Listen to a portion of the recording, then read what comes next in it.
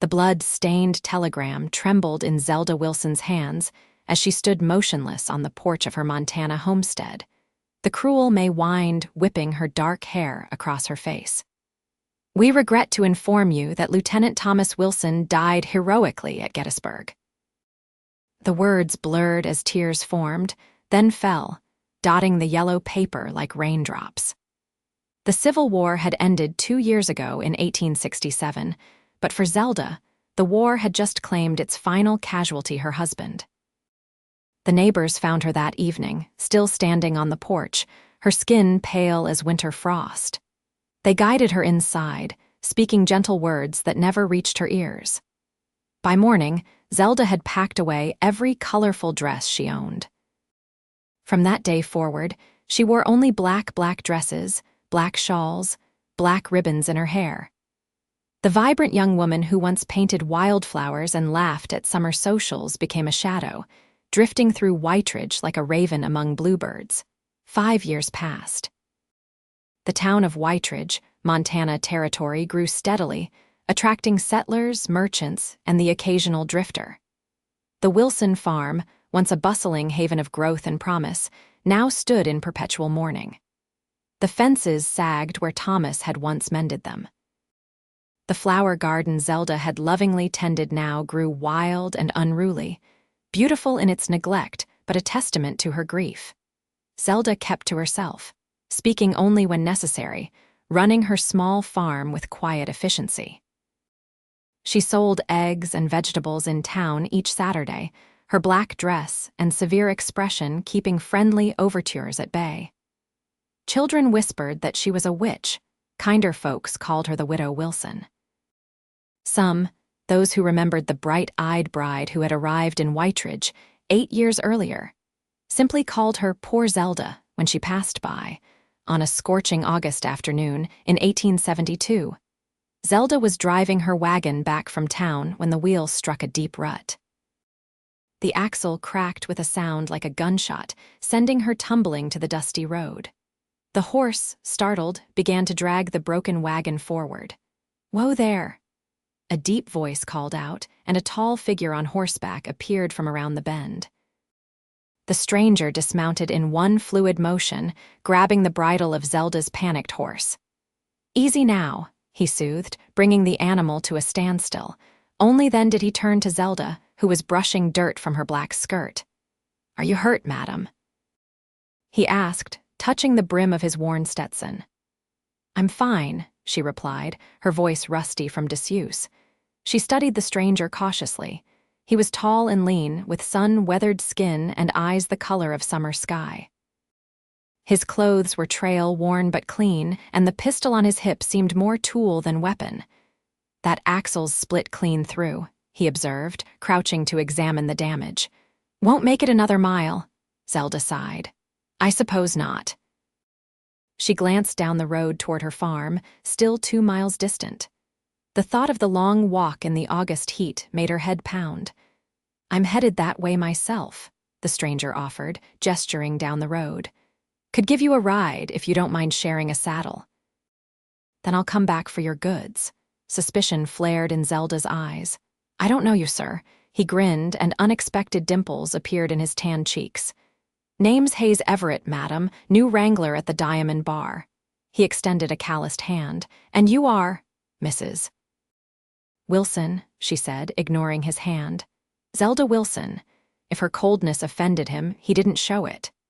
"Well, Mrs. Wilson, that offer stands, or I can walk alongside while you ride if that suits you better." Zelda hesitated. She hadn't been this close to a man since Thomas died. But the alternative was a long, hot walk, and her supplies would be left unattended. "I'll accept the ride," she said finally, "but I can return with my neighbor's wagon for my goods." Hayes nodded. "As you wish." He unloaded her purchases from the broken wagon, securing them under a nearby cottonwood tree. Then he led his horse closer. "Need a hand up?"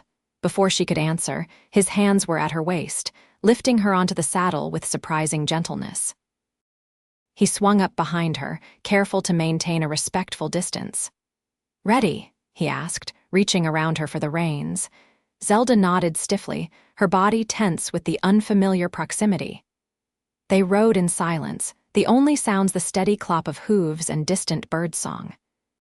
The scent of leather, horses, and something citrus bay rum perhaps surrounded her.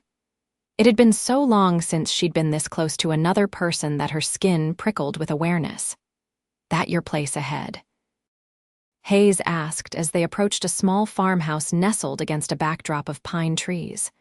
A faded picket fence enclosed a yard where chickens scratched in the dirt. "Yes," Zelda confirmed. As they neared the gate, a large black and white dog bounded toward them, barking joyfully. "Well, hello there," Hayes greeted the dog, who pranced alongside the horse. "Friendly fellow, isn't he, Scout?" Zelda called, and the dog immediately moved to her side of the horse. "He was my husband's." Hayes guided the horse through the gate and up to the porch before dismounting. When he reached up to help Zelda down, she ignored his hands and slid to the ground unaided. "Thank you for the ride, Mr. Everett," she said formally. "I won't require further assistance." Hayes studied her for a moment, taking in the severe black dress, the absence of jewelry save for a simple gold wedding band, the dark circles beneath eyes that might once have sparkled. "You sure about that? Your wagon's still broken 2 miles back." Zelda hesitated. "I can ask my neighbor, Mr. Jensen." "Old Eric Jensen?" Hayes raised an eyebrow. "Heard he broke his leg last month, still laid up, from what they say in town." Frustration flickered across Zelda's face. She'd been so isolated she hadn't even heard about her nearest neighbor's injury. "I'll manage," she insisted. Hayes removed his hat, revealing sun-bleached brown hair. "Mrs. Wilson, I give you my word as a gentleman that I have no motives beyond being neighborly. Let me fetch your supplies and take a look at that wagon. If it can be fixed easily, I'll do it. If not, I'll help you get it back here for proper repairs." Something in his straightforward manner chipped at Zelda's resolve. It had been a long time since anyone had offered help without pity in their eyes. "Very well," she conceded, "but I insist on paying you for your trouble." Hayes settled his hat back on his head and smiled. "We can discuss that after the job's done. I'll be back shortly." True to his word, Hayes returned within the hour, leading his horse, which was now laden with Zelda's supplies. Behind them, to her surprise, came her wagon, the broken wheel removed and the axle balanced on a makeshift skid. "How did you manage that?" she asked, genuinely impressed. "Learned a few tricks during the war," Hayes replied, unloading her supplies onto the porch. "Confederate cavalry." "We had to improvise a lot," Zelda stiffened. "My husband died at Gettysburg, Union lieutenant." Hayes paused, meeting her eyes steadily. "I'm sorry for your loss, madam. War's a terrible thing, no matter which side you're on." Zelda's throat tightened unexpectedly. There was no triumph or defensiveness in his tone, just simple acknowledgement of shared humanity. She nodded once, then turned toward the house. "There's water from the well if you're thirsty. I'll fetch your payment." When she returned with a small pouch of coins, Hayes was examining her wagon more thoroughly. "This axle was worn through before it broke," he commented. "And these wheel hubs need grease badly. When's the last time this wagon had proper maintenance?" Zelda's cheeks colored slightly. "I manage what I can." Hayes accepted the pouch without opening it. "I could fix this properly for you, have the forge at the Diamond Bar and permission to use it for personal work. That won't be necessary. With respect, madam, it is necessary if you want to avoid being stranded again." His blue eyes held hers. "I could come by Sunday after church. Should only take an afternoon." Zelda hesitated. The thought of this stranger, this former Confederate working around her home, made her uneasy, but the practicality of his offer was undeniable. "I suppose that would be acceptable," she said finally, "but I'll provide a proper meal in addition to payment."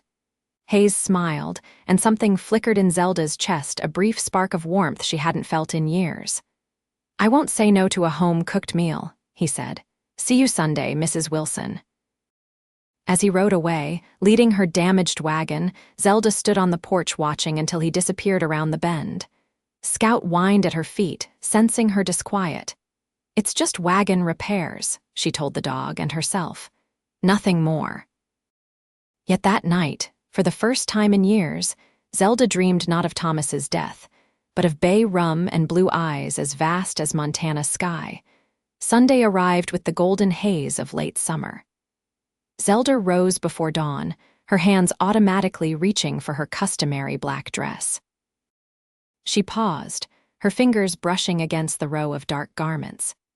At the far end of the wardrobe hung the dresses she had packed away 5 years ago, blues and greens, a yellow as bright as sunflowers, a red calico Thomas had brought from St. Louis. She touched the edge of a navy blue sleeve, then quickly withdrew her hand and selected her usual black.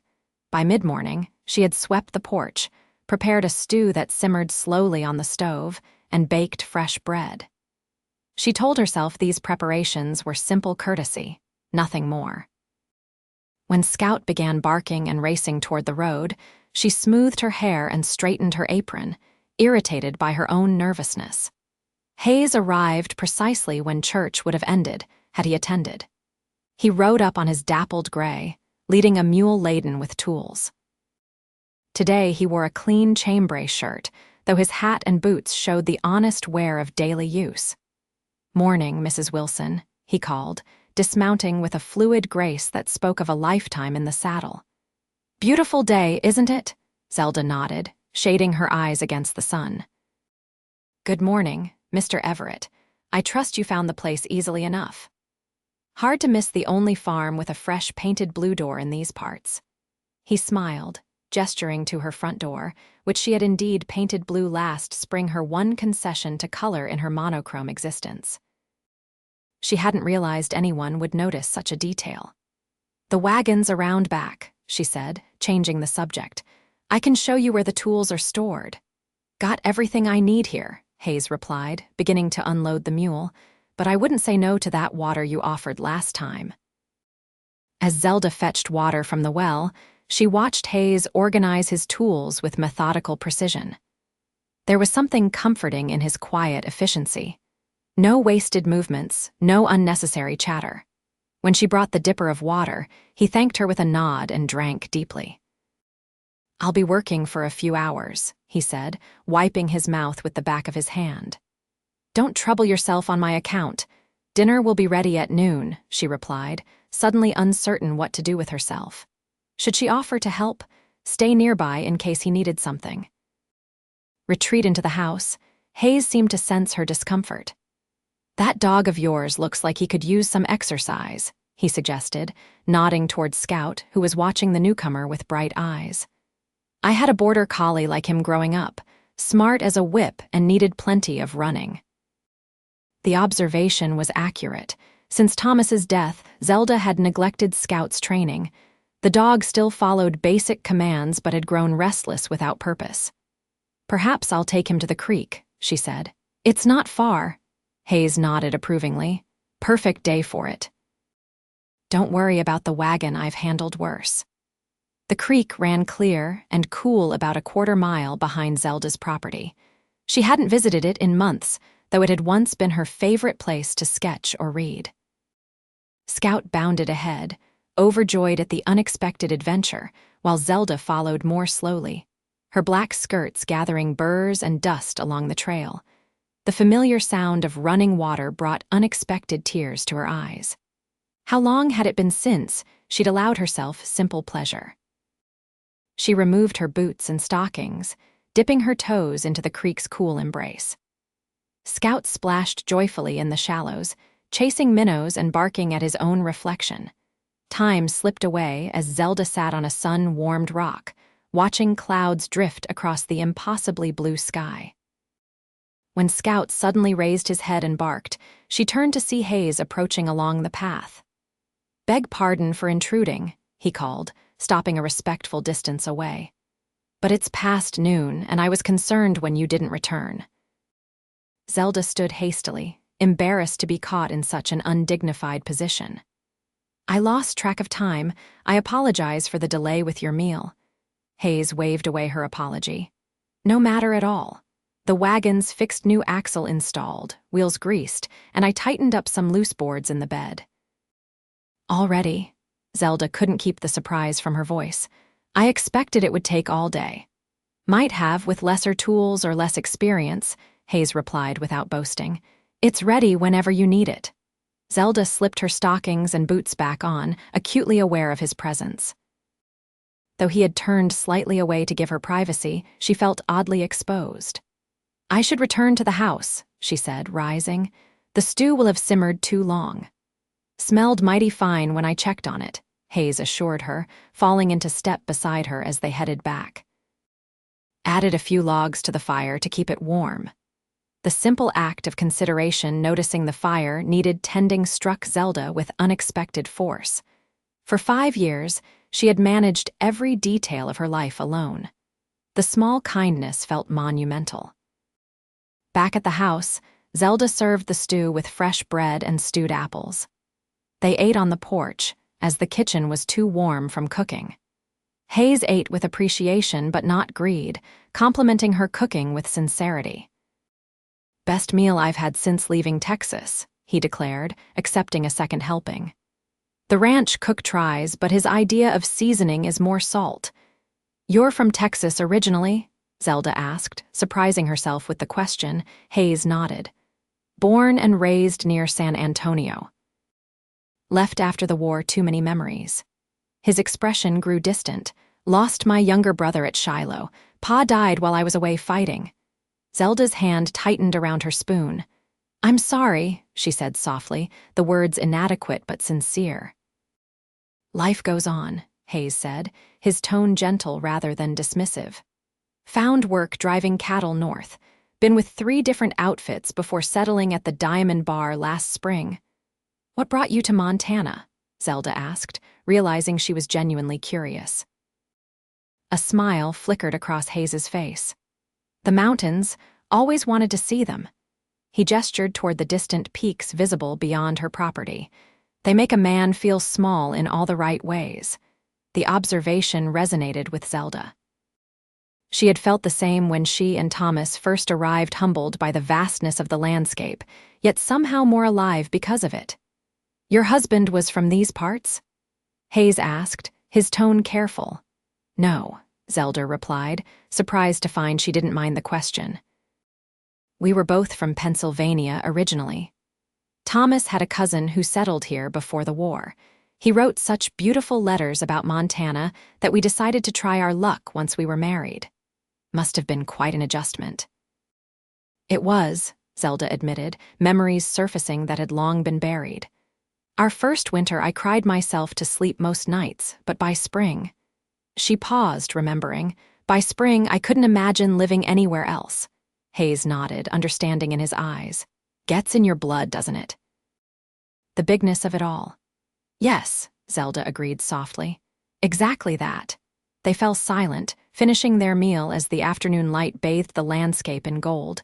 When Hayes finally rose to leave, Zelda felt an odd reluctance to see him go. What do I owe you for the repairs? She asked, reaching for her purse. Hayes shook his head. The meal was payment enough. I insist, Zelda pressed. You provided materials and skilled labor. Tell you what, Hayes said, collecting his tools. The Diamond Bar's having a barn raising next Saturday for the new foreman's quarters. There'll be food, music, dancing for those inclined. Come along, bring a pie or whatever suits you, and we'll call it square. Zelda stiffened. I don't attend social gatherings, Mr. Everett. Hayes studied her for a moment, his expression thoughtful rather than judgmental. Might I ask why not? It wouldn't be appropriate, she said, the familiar response automatic. Because you're in mourning, Hayes stated rather than asked. For how long, Mrs. Wilson? The directness of his question startled her. That's rather personal, sir. You're right, Hayes acknowledged, securing his tools on the mule's back. Forgive my bluntness. But if I may say one thing, your husband fought in a war to preserve a way of life, a future. Living without joy seems a poor way to honor such a sacrifice. Anger flashed through Zelda, hot and unexpected. You know nothing about my husband or what would honor him. You're right again, Hayes agreed, his voice remaining gentle despite her sharp tone. I spoke out of turn. Please accept my apology. The sincerity in his voice deflated Zelda's anger as quickly as it had risen. "Apology accepted," she said stiffly, "and thank you again for the wagon repairs." Hayes mounted his horse, settling his hat more firmly against the afternoon sun. "The invitation stands, Mrs. Wilson." No expectations, no pressure, just neighbors being neighborly. He touched the brim of his hat. "Good day to you." Zelda watched him ride away, Scout sitting attentively at her feet. The dog whined softly, as if expressing what Zelda herself could not articulate, that the farm felt emptier somehow after Hayes's departure. "Don't be foolish," she told herself, turning back to the house. But that evening, as she washed the dishes they had used, she found herself wondering what a barn raising at the Diamond Bar might be like, and whether the ranch hands were as straightforward and decent as their newest wrangler seemed to be. When she reached for her nightgown that night, her hand hesitated over the black cotton she always wore. Instead, she found herself touching the soft blue flannel nightgown that had been pushed to the back of the drawer years ago. After a moment's hesitation, she pulled it out and changed into it, the familiar softness strange against her skin after so long. In the small mirror above her washstand, her reflection seemed changed, somehow not dramatically, but subtly, as if something long dormant had begun, ever so slightly, to stir. The following days passed with unusual restlessness for Zelda.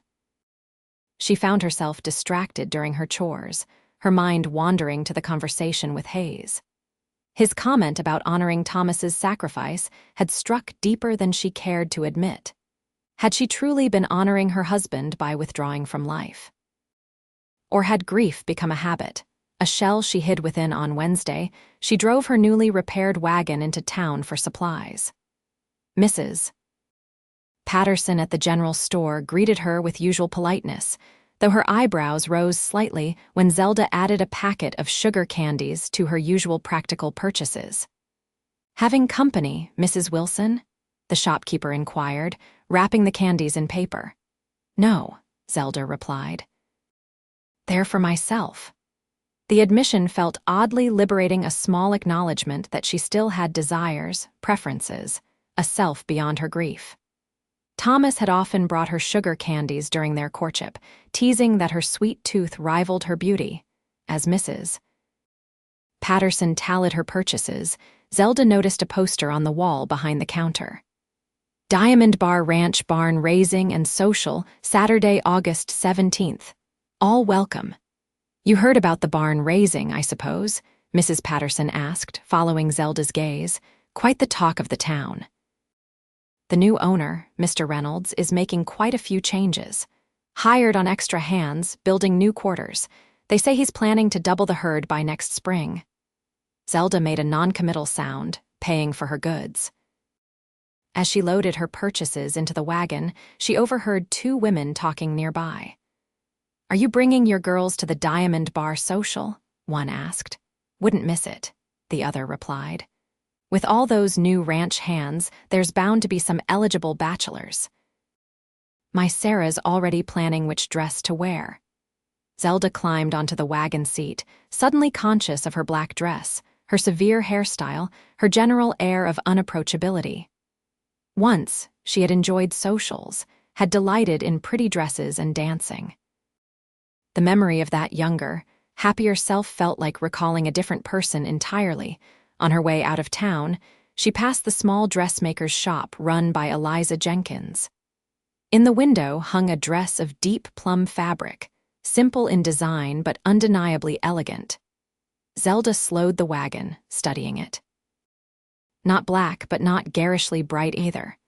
A transitional color, perhaps. Before she could question herself, Zelda tied her horse to the hitching post and entered the shop. The bell above the door jingled merrily.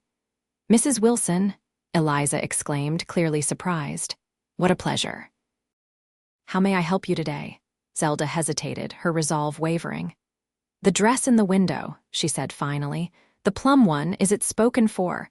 Eliza's eyes widened slightly. "No, I just finished it yesterday. A speculative piece, hoping someone might want it for the barn raising." "May I see it?"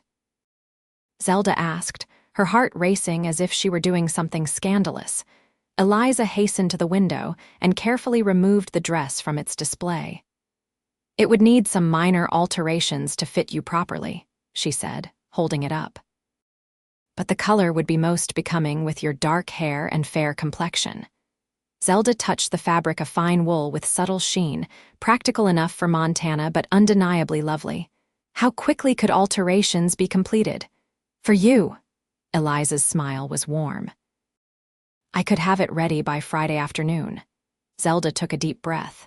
"Then I would like to purchase it, please." The dressmaker's eyes shone with something that might have been tears. "I think that's a wonderful decision, Mrs. Wilson." As Zelda submitted to being measured, her mind raced with justifications. The dress was practical wool would serve for years. The color was subdued, respectful of her status as a widow. But beneath these rationalizations lay a simpler truth. For the first time in 5 years, she wanted something beautiful for herself. When she returned home, she carefully hid her receipt from the dressmaker in her bureau drawer, not yet ready to fully acknowledge what its presence implied. That night, she dreamed of dancing in a plum-colored dress while a tall cowboy with blue eyes smiled at her across a crowded barn. Friday afternoon found Zelda back in town, her heart pounding as she entered Eliza's shop for the final fitting.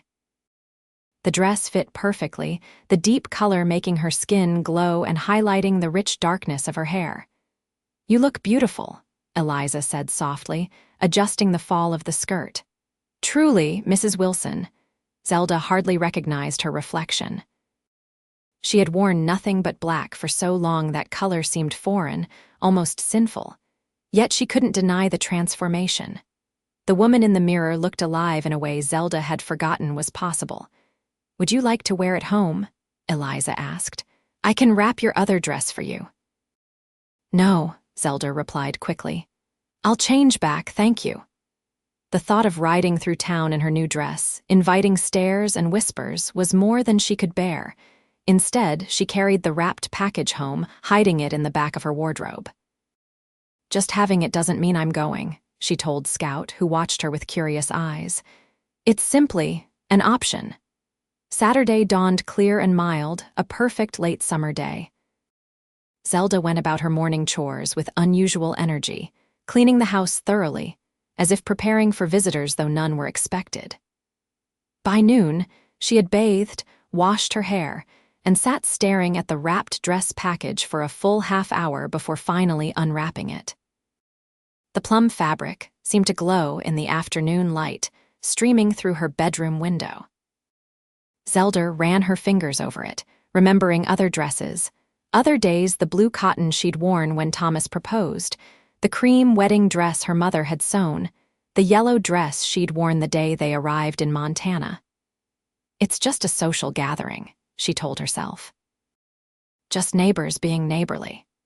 Hayes's phrase came back to her, along with the memory of his smile. What would he think if she appeared at the barn raising?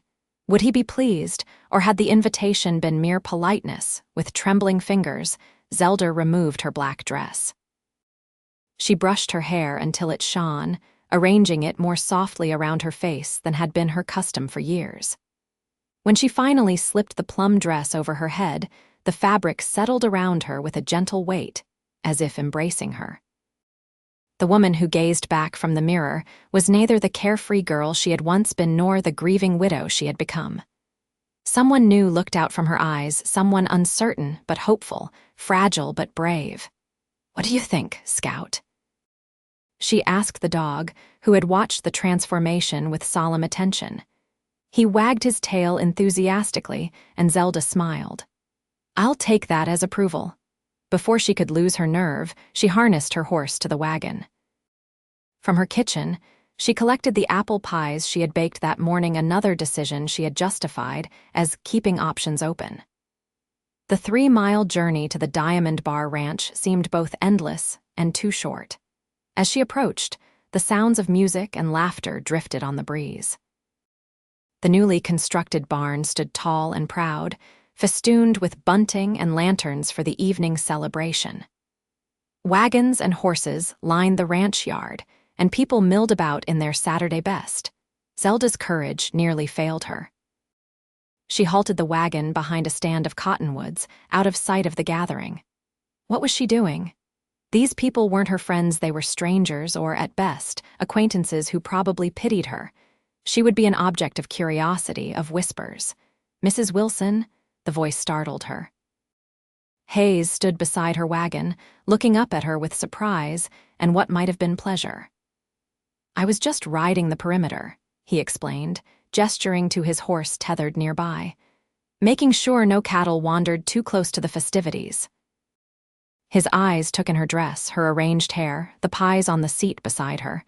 "You came." The simple statement held such warmth that Zelda's fears receded slightly. "I wasn't certain I would," she admitted. Hayes's smile deepened. "I'm glad you did." He moved to the horse's head. "May I escort you the rest of the way?" Zelda nodded, unable to find words. As Hayes led her wagon around the cottonwoods and into the ranch yard, heads turned. Zelda felt the stares, heard the momentary lull in conversation, and fought the urge to flee, but then something unexpected happened. Mrs. Jensen, the storekeeper's wife, hurried over with a genuine smile. "Mrs. Wilson, how wonderful to see you, and my, what a lovely dress." Others approached Mr. Patterson from the mercantile, the blacksmith and his wife, families Zelda recognized from town. There were curious glances at her colored dress, certainly, but the welcome seemed sincere. "Let me help you with those pies," Hayes offered, lifting them from the wagon seat. "Mrs. Reynolds has a table set up for refreshments." Zelda allowed herself to be led toward the gathering. The ranch owner's wife, a plump, cheerful woman in her 40s, greeted her warmly. "Mrs. Wilson, I don't believe we've been properly introduced. I'm Clara Reynolds." She took Zelda's hands in hers. "Hayes mentioned you might come. I'm so pleased you did." "He mentioned me?" Zelda asked, startled. Clara's eyes twinkled. "Only that you were a neighbor with exceptional cooking skills. Those pies look divine." As her pies were arranged among the abundant refreshments, Zelda found herself drawn into conversation with Clara and several other women. The initial awkwardness faded as they discussed practical matters: garden yields, preserving techniques, the likelihood of an early winter. From across the yard, Hayes watched the interactions, a slight smile playing around his mouth. When the formal dancing began after sundown, he made his way through the crowd to where Zelda stood somewhat apart, watching the dancers. "Would you honor me with a dance, Mrs. Wilson?" he asked, extending his hand. Zelda's heart raced. "I haven't danced in years, Mr. Everett." "I fear I've forgotten how." "Some things the body remembers," Hayes replied quietly, "even when the mind tries to forget." His hand remained outstretched, an invitation rather than a demand. After a long moment, Zelda placed her fingers in his. "One dance," she conceded. The musicians were playing a gentle waltz. Hayes led her to the edge of the dancing area, his hand warm at her waist. As they began to move together, Zelda's initial stiffness gradually melted away. Hayes was right, her body remembered the steps, the rhythm, the simple joy of movement. "You're a fine dancer, Mr. Everett," she observed as he guided her skillfully through a turn. "My mother's insistence," he replied, eyes twinkling. "Said no son of hers would clump around a dance floor like a bear with sore paws." Zelda found herself smiling at the image. "She sounds like a formidable woman." "She was," Hayes agreed, a flicker of sadness crossing his face. "Influenza took her the winter after the war, but she'd have approved of my manners tonight." "I'm sorry for your loss," Zelda said softly, the familiar words holding new meaning. "You've lost a great deal," Hayes nodded, his eyes meeting hers. "As have you. Life takes much from us, doesn't it? But sometimes, if we're open to it, life gives things back too. Different things, not replacements, but new treasures all the same." The depth of understanding in his gaze made Zelda's breath catch. This man knew grief intimately, yet he had not allowed it to consume him. He had built a new life, found new purpose. As the music ended, Hayes kept her hand in his a moment longer than necessary. "Thank you for the dance, Mrs. Wilson." "Zelda," she said impulsively. "My name is Zelda." His smile deepened. "Zelda," he repeated, as if savoring the sound. "Thank you, Zelda." The evening continued with more dancing, abundant food, and conversation that flowed more easily than Zelda would have believed possible. She danced again with Hayes, and later with Mr. Reynolds and the ranch foreman.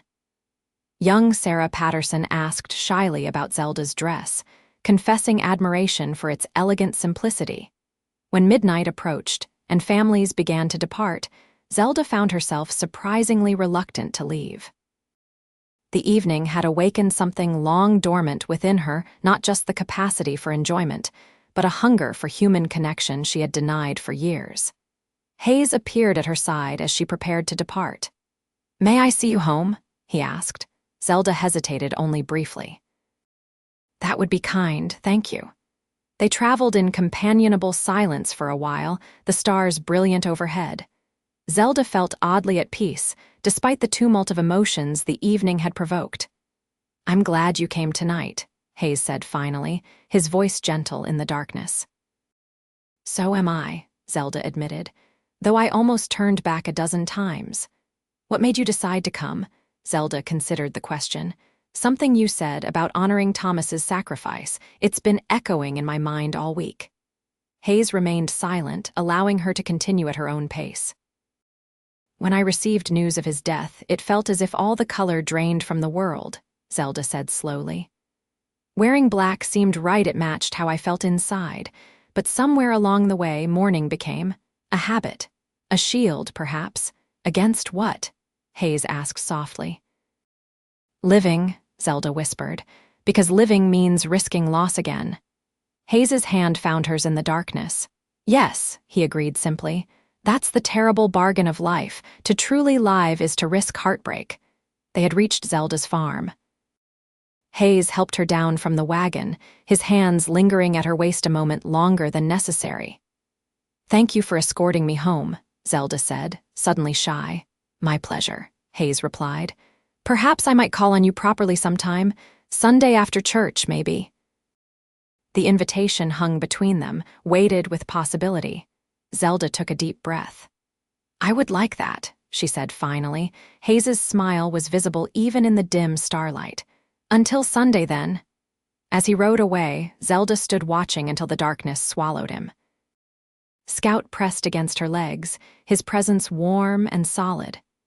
"We're taking a risk, old friend," she told the dog as they entered the house together. "A terrifying, wonderful risk." Inside, Zelda carefully hung the plum dress in her wardrobe, no longer hidden at the back but placed prominently among her everyday clothes. For the first time in 5 years, she fell asleep without the weight of grief pressing down on her chest, smothering her dreams. Sunday arrived with gentle rain that cleared by noon, leaving the world washed clean and glistening. Zelda moved through her morning chores with nervous energy, checking the window far more often than necessary. She had chosen a gray dress today, not black, but not as bold as the plum. A middle step, like so much in her life now. When Hayes's horse appeared on the road, Zelda's hands fluttered to her hair, smoothing non-existent strands into place. She forced herself to wait until he had dismounted before opening the door. "Good afternoon," she greeted him, pleased that her voice remained steady despite her racing heart. Hayes removed his hat, revealing hair still damp from washing. "Afternoon, Zelda. Hope I'm not intruding on your Sunday rest." "Not at all," she assured him, stepping back. "Please come in." Hayes entered, his tall frame making her small front room seem even smaller. He carried a burlap-wrapped package, which he extended somewhat awkwardly. "Brought you something. Nothing grand, just Wells saw it and thought of you." Zelda accepted the package, untying the twine that secured it. Inside lay a sketchbook of fine paper and a set of watercolor paints in a wooden case. "Mrs. Reynolds mentioned you used to paint," Hayes explained, watching her face carefully. "Said you did landscapes that captured the light in these mountains better than anything she'd seen." Zelda's fingers traced the smooth paper, the neat compartments of color. "I haven't painted in years," she whispered. "Too presumptuous?" Hayes asked, concern crossing his features. I didn't mean to, no, Zelda interrupted, looking up at him with shining eyes. It's perfect, truly. I just didn't realize anyone remembered that I used to paint. Relief softened Hayes's expression. Clara has a good memory for details. Said you sold her a small watercolor of wildflowers when you first came to the territory. I'd forgotten that, Zelda admitted. She placed the paints and sketchbook carefully on the side table. Thank you, it's a thoughtful gift. You're welcome. Hayes glanced around the neat room. If the rain holds off, I thought we might walk a bit, unless you'd prefer to stay in. A walk would be lovely, Zelda agreed. Let me fetch a shawl. They walked along the creek, with Scout racing ahead and circling back to check on them. The afternoon light filtered through the trees, creating patterns on the path before them. Hayes spoke of his work at the Diamond Bar, of his hope to have his own small ranch someday. Zelda found herself describing her and Thomas's journey to Montana, the difficult first years, the gradual building of a life. Mentioning Thomas no longer felt like pressing on a bruise. The pain was there, but duller now, bearable. He sounds like a good man, Hayes said when she described Thomas's patience teaching local children to read during that first winter. He was, Zelda agreed softly. Kind, funny when you least expected it. Stubborn as the day is long, Hayes smiled. Sounds like someone else I'm coming to know. The comment brought heat to Zelda's cheeks. I'm not stubborn, she protested, merely determined. Hayes's laugh was warm and genuine, a much more flattering word for the same quality. They reached a small meadow dotted with late summer wildflowers. Scout chased a butterfly through the grass, his enthusiasm making both humans smile. Would you care to sit for a while? Hayes asked, gesturing to a fallen log at the meadow's edge. They sat in comfortable silence, watching Scout's adventures. After a while, Hayes spoke, his voice thoughtful. May I ask you something, Zelda? She nodded, curious at his suddenly serious tone. Would you tell me about the day you received news about Thomas? You don't have to, he added quickly, but sometimes speaking of the hardest moments. It helps lighten their hold on us. Zelda's first instinct was to refuse, to protect that most painful memory. But something in Hayes's gentle question, the lack of pity in his eyes, made her reconsider. It was May, she began slowly. A day much like today, clear after rain. I was hanging laundry when I saw the messenger coming up the road. The memory unspooled as she spoke. The telegram's official language, the neighbor's well-meant but hollow comforts, the endless, sleepless night that followed. Hayes listened without interruption, his eyes steady on hers. The hardest part wasn't even the grief, Zelda admitted. It was the uncertainty. Thomas was reported killed, but his body was never returned. For months, I had this terrible, secret hope that there had been a mistake, that he would somehow appear on the road one day. Hope can be as painful as grief sometimes, Hayes observed quietly. Yes, Zelda agreed, surprised by his understanding. Exactly that. When I finally accepted he was truly gone, I packed away everything colorful, everything joyful, it seemed. Disloyal to find beauty in a world that no longer contained him. Hayes was silent for a long moment. Then, cautiously, he reached for her hand. Thank you for telling me, he said simply. His hand was warm, calloused from work but gentle in its touch. Zelda found herself turning her palm up, their fingers intertwining naturally. What about you? She asked. Your brother, your parents, do you speak of them often? Hayes shook his head. Not often. But I try to honor them by living the way they taught me with honesty, hard work, and openness to joy when it appears. Is that why you stopped to help me that day on the road? Zelda asked. Openness to joy. Hayes's eyes crinkled at the corners. I stopped because a lady was in distress, and my mama raised me right.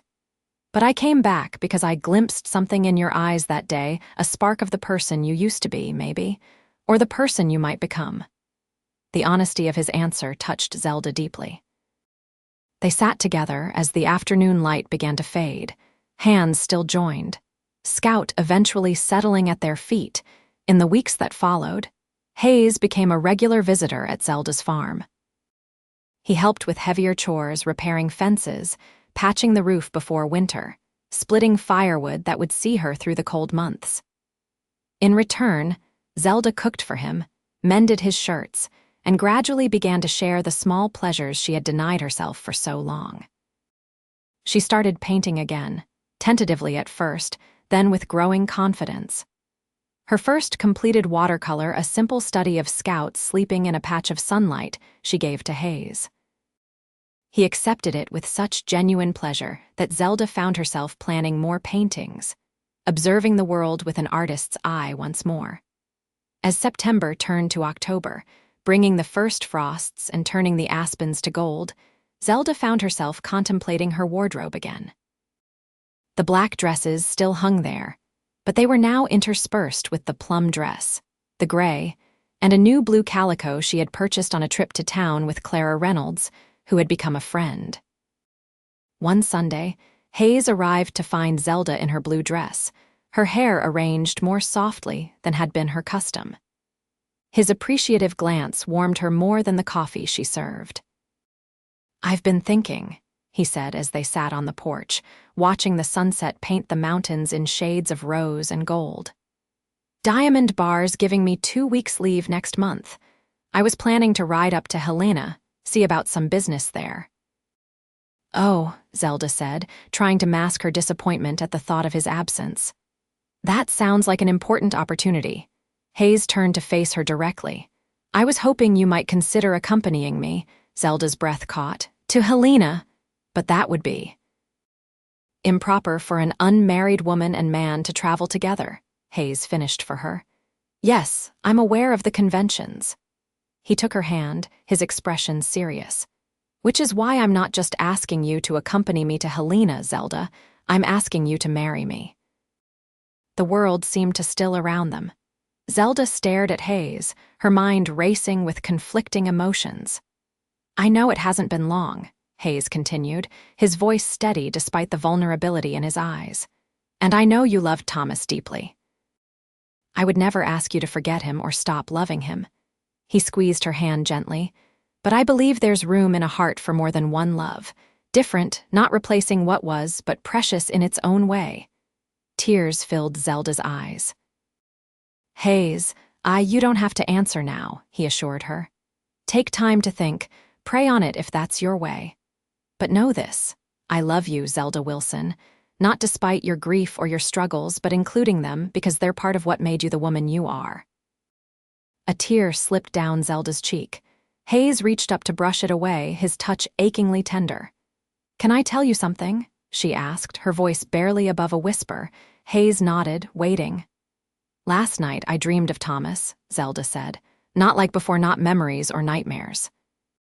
He was standing by that creek we visited, looking just as I remember him. He smiled at me, said he was proud of me." Her voice broke slightly. "Then he told me it was time to take off the black dresses for good." Hayes remained silent, his eyes never leaving her face. "I woke up crying," Zelda continued, "but not from sadness. It felt like permission, like a blessing." "Dreams can be powerful," Hayes acknowledged softly. "Yes," Zelda took a deep breath. "So my answer is yes, Hayes Everett, I will marry you." The joy that bloomed across Hayes's face was like sunrise breaking over the mountains. He gathered her into his arms with reverent care, as if she were made of precious glass. When his lips met hers, Zelda felt something long frozen within her melt completely away. They were married 2 weeks later in Whiteridge's small church, with Clara Reynolds and the minister's wife as witnesses. Zelda wore a dress of deep blue, the color of mountain lakes in summer. Hayes wore his best shirt and a new vest, his face solemn with joy as they spoke their vows. The trip to Helena became their honeymoon. There, Hayes met with a banker about a small parcel of land adjoining Zelda's farm land he had been saving to purchase for over a year, it transpired. Together, they chose seed stock for expanding their combined property, discussed breeds of cattle that might thrive in the Montana winters, and walked arm in arm through the capital city like any other newly wed couple. At night, in the privacy of their hotel room, they discovered each other with wonder and tenderness. Hayes's patience and gentle humor eased Zelda's initial shyness, and together, they learned the language of touch and trust that would bind them through the years ahead. When they returned to Whiteridge, they moved Hayes's few possessions into Zelda's farmhouse. Scout accepted the new arrangement with canine pragmatism, quickly developing a habit of sleeping at Hayes's feet during evening reading sessions by the fire. Winter arrived early that year, wrapping their small farm in snow and silence. But inside their home, warmth and color flourished. Zelda hung her paintings on walls that had been bare for years. She unpacked books Thomas had loved, sharing them with Hayes during the long evenings. Together, they planned spring plantings, summer improvements, the gradual building of a future neither had thought possible just months before. On Christmas Eve, with snow falling gently outside their window, Hayes presented Zelda with a small package wrapped in brown paper and tied with red ribbon. "A bit early for Christmas gifts," Zelda protested, though her eyes shone with pleasure. "This one couldn't wait," Hayes replied, an unusual nervousness in his manner. Zelda unwrapped the package carefully. Inside lay a handcrafted wooden box, its lid inlaid with different woods forming a pattern of mountains and sky. "Hayes, it's beautiful," she breathed, tracing the inlay with her fingertips. "Open it," he urged softly. Inside the box lay a smaller package wrapped in tissue. Zelda unwrapped it to find a tiny pair of knitted booties, impossibly small and perfect. "I had Clara make them," Hayes explained, watching her face. "She promised not to say anything until we were ready." Zelda's hand went to her stomach, where the faintest curve had just begun to show. "How did you know?" she whispered. "I wasn't certain myself until last week," Hayes smiled, taking her hand. "You've been humming in the mornings, and you put sugar in your coffee last week. You never take sugar." Tears sprang to Zelda's eyes, tears of joy, not sorrow. "We're going to have a baby," she said wonderingly. "We are," Hayes agreed, gathering her into his arms. "A new life. A new beginning." That night, as Hayes slept beside her, Zelda lay awake watching snow fall past their window. She thought of the journey that had brought her here, the devastating grief, the years of isolation, the chance encounter on a dusty road that had changed everything. She thought of Thomas, too, with love that no longer crippled her with pain. He would always be part of her story, part of who she was. But now there were new chapters being written, new joy being discovered. The baby stirred within her, a flutter so faint she might have imagined it. Zelda placed her hand over the spot, a smile curving her lips.